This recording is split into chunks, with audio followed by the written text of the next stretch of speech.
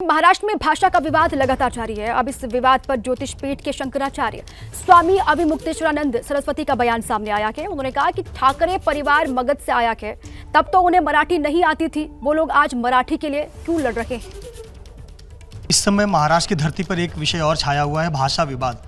हिंदी और मराठी को लेकर विवाद चल रहा है और बहुत सारी ऐसी घटनाएं हो रही हैं जहां पर एक राजनीतिक दल के कार्यकर्ता, महाराष्ट्र नवनिर्माण सेना की पार्टी है, उसके कार्यकर्ता इसलिए रिक्शा चालकों को, व्यापारियों को पीट रहे हैं क्योंकि वो मराठी नहीं बोलते। इस बारे में हमसे पहले भी पत्रकारों ने पूछा है, तो हमने यही कहा था कि देखिए, जब कोई कार्य आपको करना होता है तो आपको उसकी शुरुआत बड़े पैमाने पर करनी चाहिए। मराठी से कोई प्रेम करे, इसमें कहाँ किसी को आपत्ति है। मराठी का प्रचार करने के लिए कोई कटिबद्ध हो जाए, इसमें कहाँ किसी को आपत्ति है। लेकिन मराठी को थप्पड़ वाली भाषा घोषित करने लग जाए कोई कि थप्पड़ मार भाषा है, तो क्या इससे मराठी का यश बढ़ेगा कि घटेगा। आज आप क्या समझते हैं कि केवल महाराष्ट्र में रहने वाले लोग मराठी से प्रेम करते हैं? ऐसा नहीं है, पूरा देश मराठी से प्रेम करता है। और महाराष्ट्र के लोगों ने पूरे देश में जाकर के, लक्ष्मीबाई झांसी में थी, कहाँ की थी, ठीक है ना, और इसी तरह से जाने कितने नाम हम गिना देंगे। तो पूरे देश में महाराष्ट्र के लोग, मराठी बोलने वाले मूल लोग जाकर के अपना अपना कार्य कर रहे हैं। और हिंदी हमारे देश की राजभाषा है, उसका भी अपना एक प्रोटोकॉल बनता है।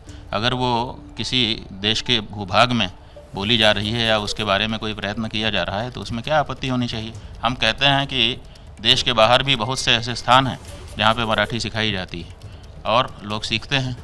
और बहुत से लोग ऐसे होते हैं जिनको दूसरी भाषा नहीं चढ़ती है। आप ऐसा मत समझिए कि हर व्यक्ति में ये क्षमता है कि वो बहुभाषाविद हो जाए। तो जिसको, बहुत से ऐसे लोग हैं देश में, ज़्यादा संख्या है ऐसे लोगों की है जो एक भाषा ही बोल पाते हैं जीवन में। अगर उनको बार बार भी सिखाओ तब भी वो उसी भाषा को और उसी भाषा के शैली को लेकर के आते हैं। तो आप कैसे तय कर देंगे कि सबको हम मराठी सिखा देंगे। और जो लोग ये कह रहे हैं उनका इतिहास सबके सामने है।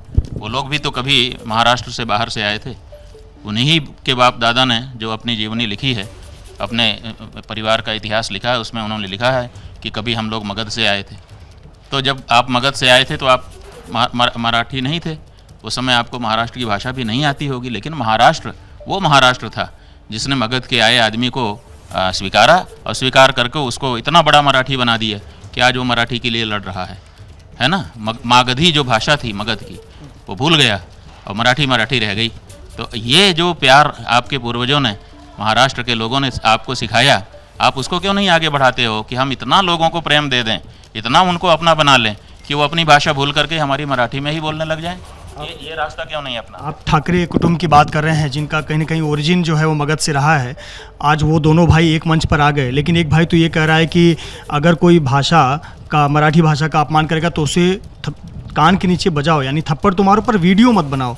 तो उन्हें आप कुछ कहेंगे, राज ठाकरे, उद्धव ठाकरे को? बात यह है कि हमको कहना पड़े, ऐसा पब्लिक में बोलने वाले व्यक्ति के बारे में अगर हमको कुछ कहना पड़े तो हम समझेंगे कि देश में कानून व्यवस्था समाप्त हो चुकी है।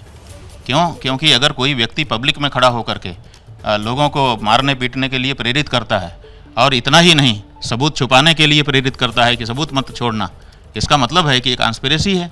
और ये कॉन्स्पिरेसी खुलेआम दिन दहाड़े हो रही है और कानून कुछ नहीं बोल रहा है।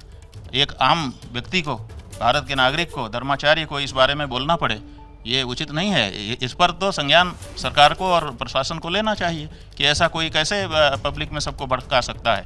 लॉ एंड ऑर्डर के लिए खतरा है। तो भाषा विवाद पर शंकराचार्य को आपने